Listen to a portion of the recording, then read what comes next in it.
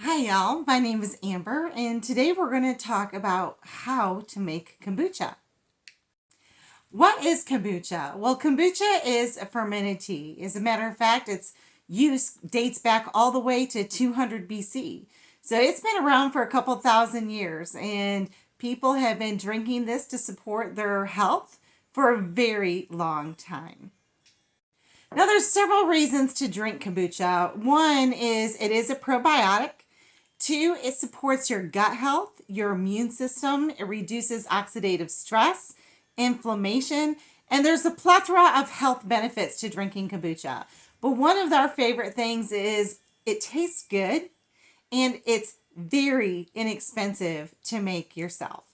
If you're spending four, five, six, even more dollars per bottle at the health food store, it's time to get your hands on a SCOBY and start making your own kombucha. So as you will see, I've got an old pickle jar here. I'm going to just go through a couple things that you're going to need to brew your own kombucha. You need the starter culture. You need a SCOBY. And a SCOBY is a symbiotic culture of bacteria and yeast. Sounds kind of gross, but that's what it is. We are bacteria, and it's a good bacteria. It's a good yeast. You need that yeast to help the fermentation process. But a SCOBY, it's also called mother or the mushroom, and that is what you need. Now, you can get one from a friend. You can get one from someone who's already brewing kombucha, or you can order online. After you get your hands on your SCOBY, you're also going to want a little bit of starter culture, just like you do with sourdough bread, or just like you do with yogurt. You need something to build your kombucha off of. And a lot of times you can do your own. It's a longer process, but we're not going to talk about that today. Collecting your own yeast from the air and doing your own. We're not going to discuss that today. We're going to keep it simple. We're going to do the KISS method, right? But if you're into science and you love that, hey, research it and go ahead and give it a go. Next is you're going to need tea. Now, this is real tea. You don't use herbal tea. Herbal tea doesn't provide the nutrients and stuff and herbal tea is fantastic, but it shouldn't be used for making your kombucha. And then you're going to want your sugar, just plain old white sugar. Don't get all fancy with your sugar. And don't worry about the sugar. So with kombucha, there's a very low glycemic index. If you have an issue with sugar or if you're diabetic, do your research first. I'm just going to show you, I'm not your doctor. I'm just going to show you how to make it.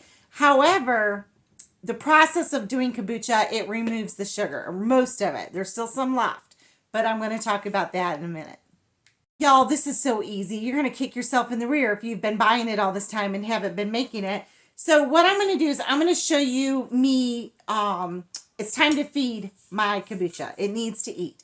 So I'm going to show you how I feed it. And in that process, you'll kind of get the gist of how to make it yourself. Don't worry, I'm not going to leave you hanging. I'll cover all the steps. Now, first, when you get your hands on a SCOBY, it is going to grow to the size of the container that you put it in. So if you've got a little jar, you'll have a little SCOBY. If you've got a big jar, you'll have a bigger SCOBY. But the main thing is to use glass. Do not use plastic. Do not use metal. Use glass and a wooden spoon, okay? Not metal, right? The next thing, I'm going to wash my hands real quick. I forgot to wash my hands. Always make sure everything is clean because you don't want to introduce a different type of bacteria to your kombucha or your SCOBY that shouldn't be in there. This is very important to make sure everything is sterilized and clean when you go to make your kombucha. Now, I'm just using Lipton tea. You can use black tea. You can use oolong tea. You can even use white tea, not herbal tea. And there was something about English breakfast tea, not to use that as well. I can't quite recall the reason, but you can look that up. But it's just easy to use simple Lipton tea. Now, this is a half-gallon jar. So this is my recipe for what I do. You need to make sweet tea, not an artificial sweetener, not using stevia. It has to be sugar. And the reason, because that bacteria and yeast, they eat the sugar and then they turn it into alcohol. And then the yeast eats the alcohol and turns it into vinegar. And so you're fermenting. And if you think of the term fermenting, you think about like pickles or vinegar itself. That's what it does. And it is, like I said, it promotes your gut health. It stimulates your immune system. It reduces oxidative stress. And it's a delicious drink. We're doing what you call is a single fermentation. We're going to ferment this once. You can do, if you like the flavored kombucha, you can do a double fermentation, and we'll talk about that in a moment. But let's not get ahead of ourselves, okay? But I make mine simple, simple. I just get my little pot right here. Now, when you're brewing your tea, this does not come in contact with the SCOBY. So don't worry about if you're brewing it in the metal pot when you make your tea. But all I do is I take 1 cup of sugar to 2 of the family size tea bags and enough water to cover it. And I put this on the stove, my wood cook stove back there, and I boil it. And I wait until the sugar is dissolved and the tea looks nice and dark. And then I actually let it sit. You see how dark that is? It looks like tar. That's all I need for a half a gallon. And that's what we're going to make today, is the half a gallon. So brew your tea, let it cool. Very important. And also, the water that you use with your tea is very important. Do not use tap water.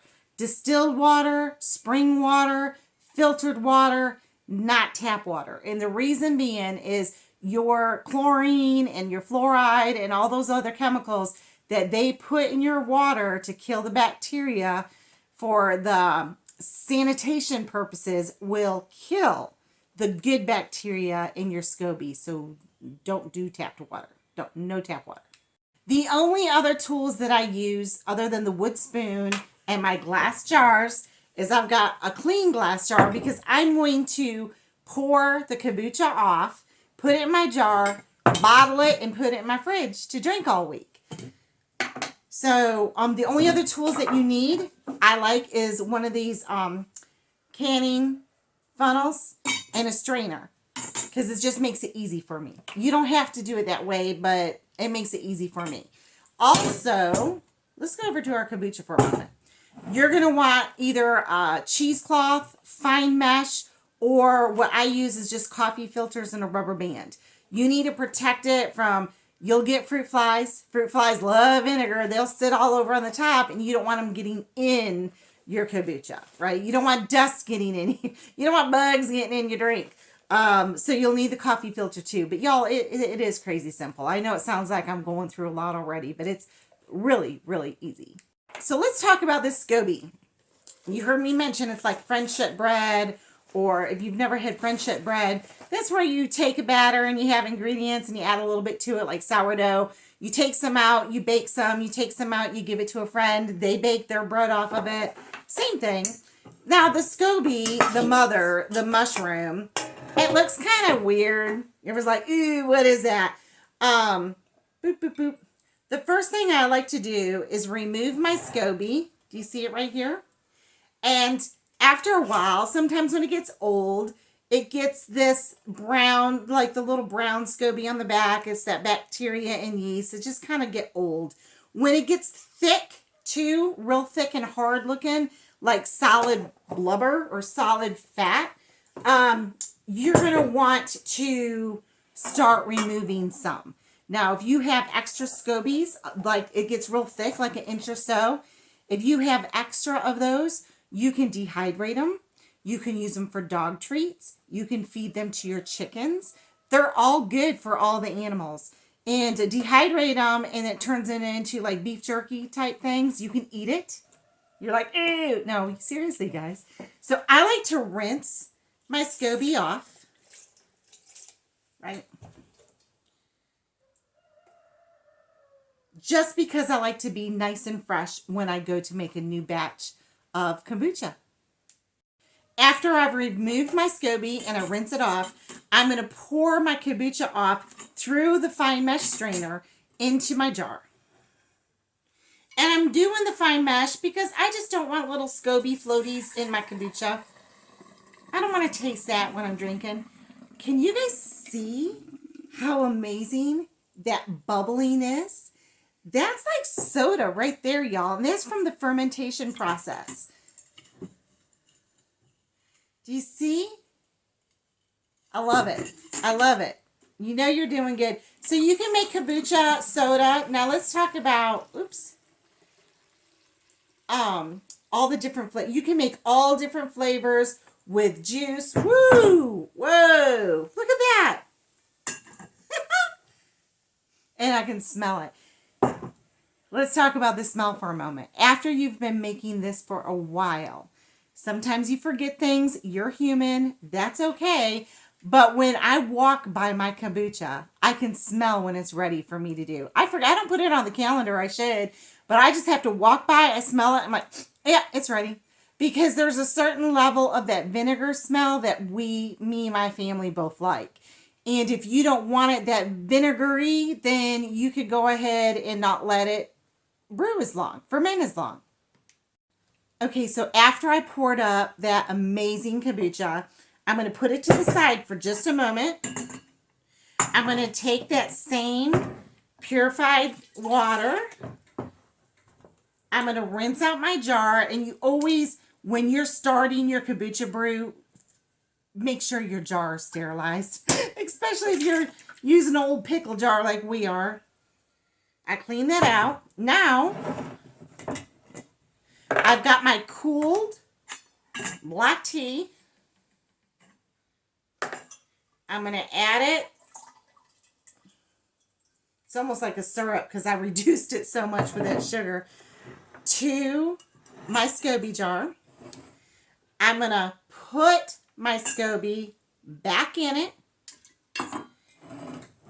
I'm going to add a couple inches back of your kombucha starter liquid.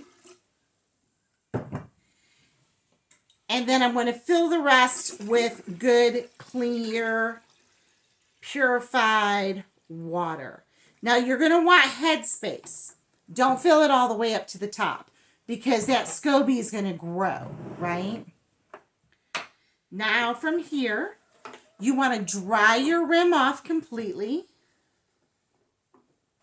Get your coffee filter or your cheesecloth or your screen. Put it on the top. Cover it tight with a rubber band because I'm telling you what, those fruit flies will find it and they'll get in there. Now you want to put it in a cool, dark place. You don't want it in the sun. You don't want it roasting. You don't want it freezing. And that's it. Now you're going to wait 1 week if you like it sweeter. 2 weeks if you like it with a higher vinegar taste, that stronger fermentation. And you just taste it and find out which way you like it. That's it, folks. That's as easy as it is. Now I told you that we're going to talk about that double fermentation, and we're going to do that right now.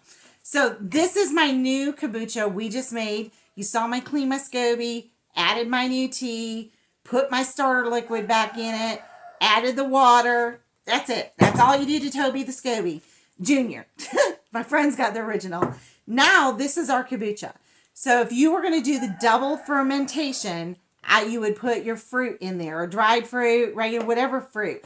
Use whatever combinations that you want. Get creative with it. Some of my favorites are pineapple and ginger. I love blackberries and raspberries and blueberries mixed in. And then you're going to put it on and you're going to seal the lid and you're going to leave it for a couple days. But each day you want to open it up and just burp it. Put it back down. Open it back up. Just once a day, burp it. You don't want that pressure to get too high in here.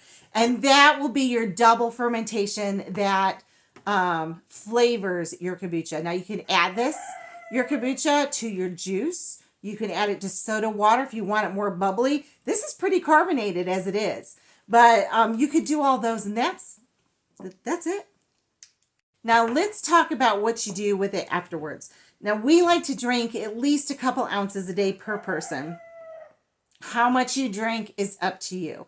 Also, like I said, consult your physician. Let them know that you're taking a probiotic, especially if you're on any medicines. But I cap it with a plastic canning cap. I get these just at the store with my mason jars.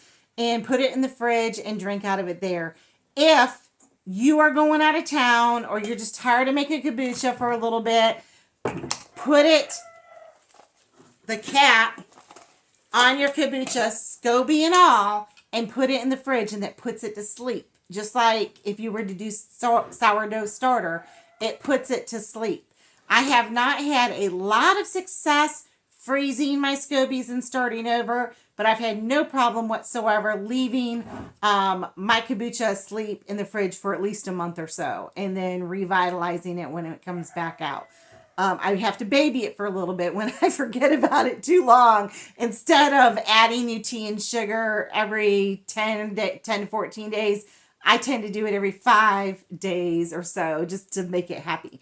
But that's all it is to making your own kombucha. It's super easy. So get your hands on a SCOBY and get yourself brewing. Oh, here's another thing I've learned. When you're starting your fermented food journey, that's what this week is all about, is fermented foods. Every fermentation has a different type of bacteria and yeast culture.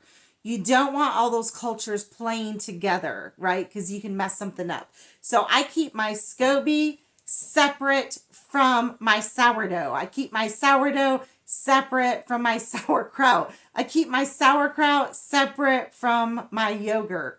Because I have had the bacteria and yeast cross-contaminate each other, and I had to start over. So that is one thing to keep in mind. You might be different. Your situation might be different. I'm just offering you advice from what I've learned, my mistakes along the way. And y'all, this is easy. Take your food and your health in your own hands and start fermenting your own food. You're gonna love it. You're really gonna love it. And make sure to share it. That's the whole part of this. As a homesteader and fermentation with a SCOBY, make sure to share it with others. Thank you for watching.